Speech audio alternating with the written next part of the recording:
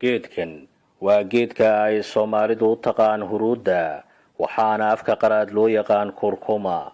dumarka Soomaalidu waxay marsadaan wejiga, waxaase inta badan si weyn looga isticmaalaa wadamada Aasiya siba wadanka Hindiya. culimada sayniska ee dunida ayaa hadda qiray waxtarka caafimaad ee geedkan oo in badan ay diidanayeen in la shaaciyo.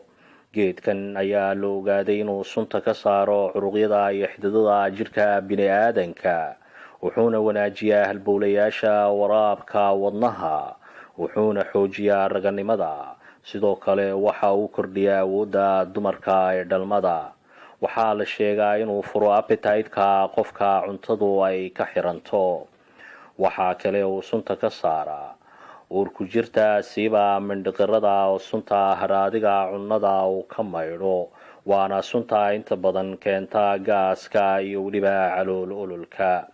waxa uu sifeeyaa beerka iyo keliyaha oo iyagana uu ka saaro sunta.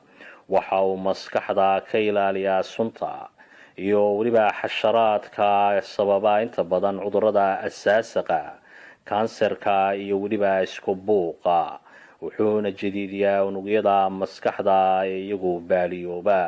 waxaa loo isticmaalaa qurxinta wejiyada iyo baabi'inta weliba xaadda iyo timaha wejiga gala.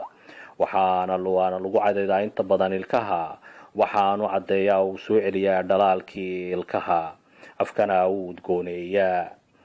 haddaba waxaa fiican inta badan in lagu cadaydo markaasi aad ilkaha dhalaalkoodii iyo quruxdoodii iyo cadaankoodii aad ku soo celiso. waxaana fiican inaad markaasi aad ka dhignato sidii macjuunka oo cadayga oo kale aad ugu cadayato. waxaa kale oo fiican inta badan in aad ku darsato sharaabka cuntadana aad ku kariso siiba suugada. gabdhaha raba inay wejiyadooda nuuriyaan oo caddeeyaan, waxaa ku filan inay caano iyo liin ay ku qastaan huruudda, sidaana ay ku wanaajiyaan oo ku qurxiyaan wejigooda.